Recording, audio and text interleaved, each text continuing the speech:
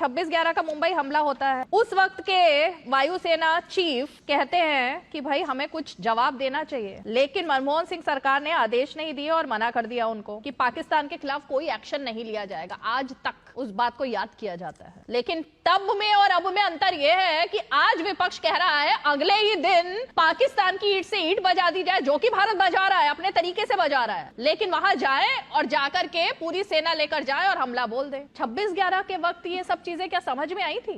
जी, आप 26/11 की बात कर रही हैं। मैं थोड़ा और पहले जाना चाहूंगा। अगर आप देखें 1965 की जंग के बाद जो इंडियन आर्म्ड फोर्सेस ने जो जमीन कब्जा की थी पाकिस्तान के अंदर, वो जमीन बिना किसी नेगोशिएशन के वापस किस पार्टी ने की? 1971 की जंग में जो 93,000 प्रिजनर्स ऑफ वॉर इंडिया के पास थे, इंडिया का एक भी प्रिजनर ऑफ वॉर लिए बिना उन 93,000 को वापस कर दिया गया। ये डिसीजन किस पार्टी का था? इवन कांग्रेस पार्टी के अंदर जब इस देश में सीरियल बॉम्ब ब्लास्ट होते थे, अब तो शायद आज की जो जनरेशन है उसको तो सीरियल बॉम्ब ब्लास्ट का मतलब भी नहीं मालूम होगा कि यार सीरियल बॉम्ब ब्लास्ट क्या होता है। तो एक साथ एक ही दिन में अलग अलग शहरों में बॉम्ब ब्लास्ट हुआ करते थे, जिसमें दर्जनों के हिसाब से कैजुअलिटीज हर हफ्ते हुआ करती थी इसी भारत में। क्या पुणे का जर्मन बेकरी, क्या बेंगलोर का इंस्टीट्यूट ऑफ साइंस, क्या पटना, क्या कर्नाटका, क्या तमिलनाडु और क्या दिल्ली और क्या बंगाल, हर जगह हुआ होते थे। उसके खिलाफ कांग्रेस ने क्या कार्रवाई की? कुछ नहीं। अब आ जाता है 26/11 पे। आप 26/11 पे कार्रवाई की बात कर रही हैं एयरफोर्स चीफ के। उसके बाद पाकिस्तान से हिसाब मांगने के बजाय कि पाकिस्तान हिसाब दे कि उसने क्या कार्रवाई की है इन के खिलाफ, तैयबा के खिलाफ,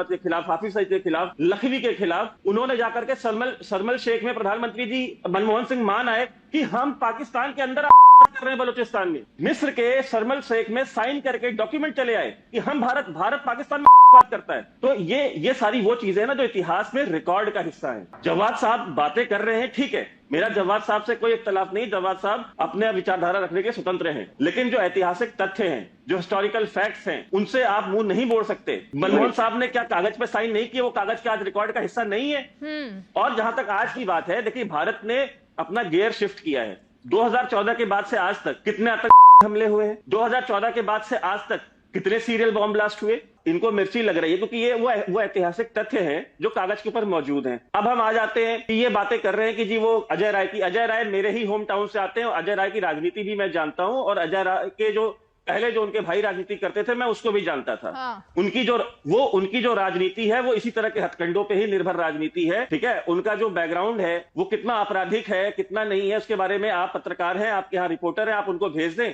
वो आपको ला करके दे देंगे। तो जिनका खुद का आपराधिक बैकग्राउंड है वो देश की सेना का अपमान नहीं करेंगे तो और क्या करेंगे, जरा आप मुझे बताएं। दूसरी बात, ये कांग्रेस के उत्तर प्रदेश के, इनको मतलब उत्तर प्रदेश के अध्यक्ष बना दिए गए। क्या कांग्रेस के पास इससे बेहतर व्यक्ति नहीं? लेकिन क्यों होगा? क्योंकि जब आपकी खुद की पार्टी का एक नेता जनरल बिपिन रावत को गली का बोलता है, शीला दीक्षित के सुपुत्र, वो दिल्ली में प्रेस कॉन्फ्रेंस करके बोलते हैं कि ये तो गली का बिपिन रावत, उस समय वो भारत के सेना अध्यक्ष थे। इनका एक इतिहास है भारतीय सेनाओं का अपमान करने का, उनका मनोबल गिराने का।